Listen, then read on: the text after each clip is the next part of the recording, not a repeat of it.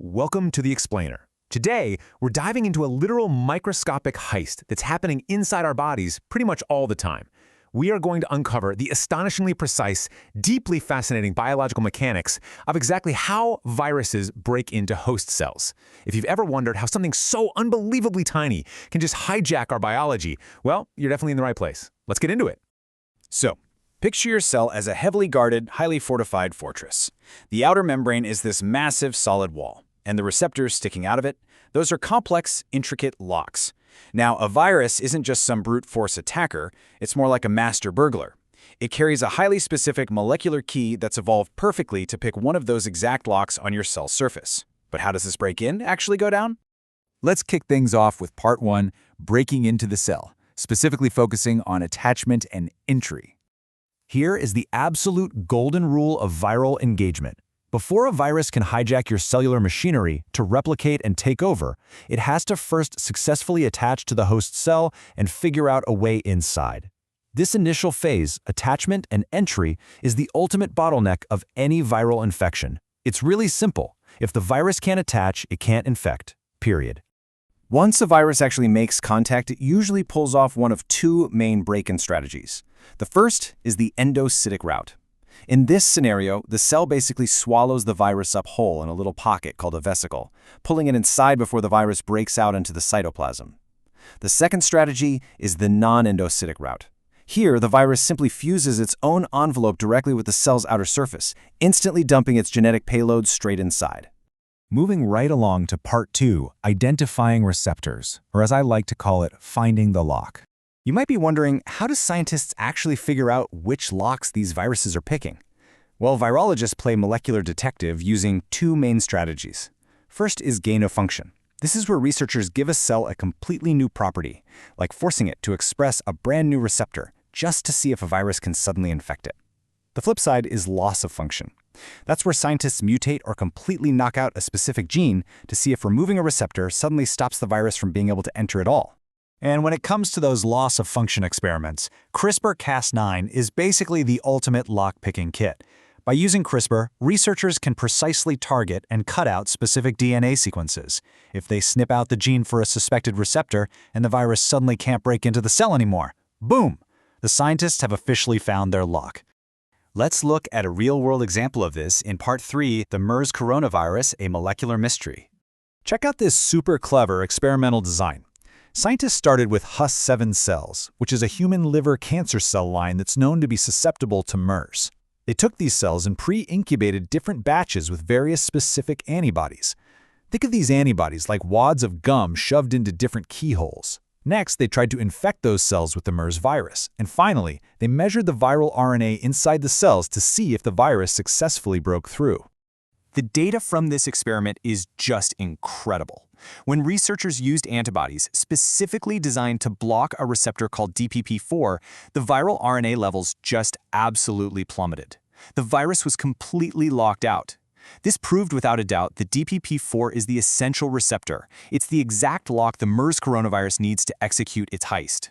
Which brings us to Part 4, affinity and avidity, and how they define viral tropism.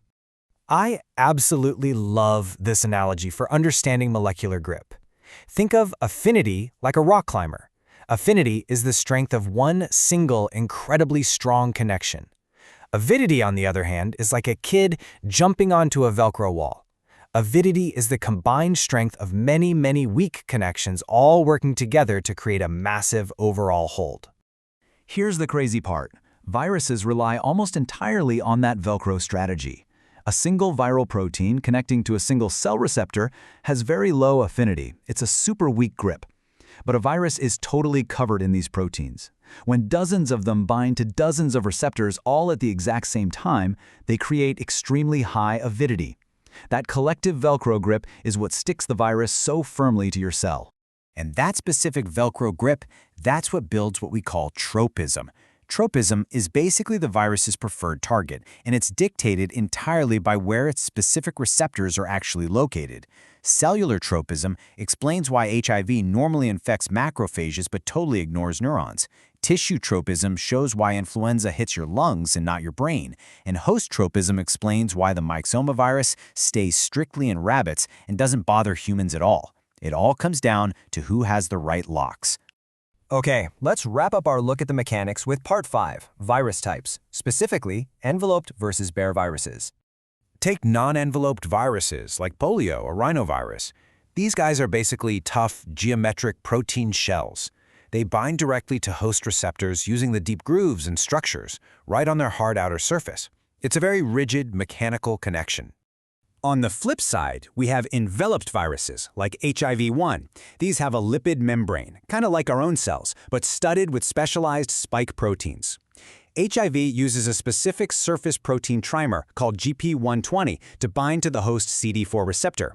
Once that key enters the lock, it triggers a massive conformational change. The proteins literally fold and snap into a totally new shape, driving a fusion peptide into the cell membrane to violently pull the virus and the cell together. Now, influenza is a whole different beast. It's an enveloped virus with a really sneaky two-part protein strategy.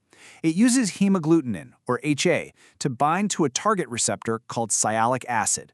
But then it also carries a second tool, neuraminidase, or Na, which basically acts as a pair of molecular scissors designed to cut that exact same sialic acid. Now, you might be thinking, why on earth would it bind and cut the exact same thing?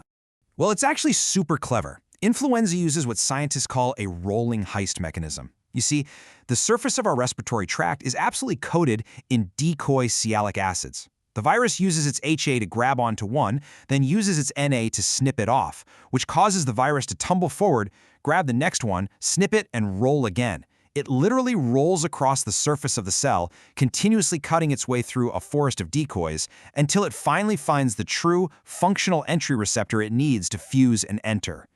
And here's a mind-blowing fact about those influenza locks. Human flu viruses strongly prefer to bind to sialic acids with an alpha-2,6 chemical linkage, which is mostly found in our upper respiratory tract. Bird flu viruses, however, prefer an alpha-2,3 linkage. So why are pigs so often the source of new flu pandemics?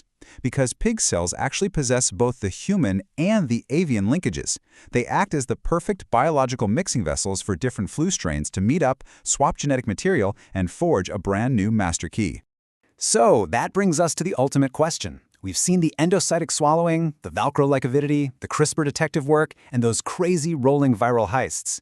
If we deeply understand the exact mechanics of these molecular break-ins, could we theoretically engineer the perfect decoy? Could we just flood our systems with harmless artificial locks that trap viruses before they ever even reach our real cells? The blueprint for stopping the next global outbreak might just be written right here in the shapes of these tiny molecular keys. Thanks for hanging out and exploring this biological heist with me. Keep learning, and I'll catch you on the next explainer.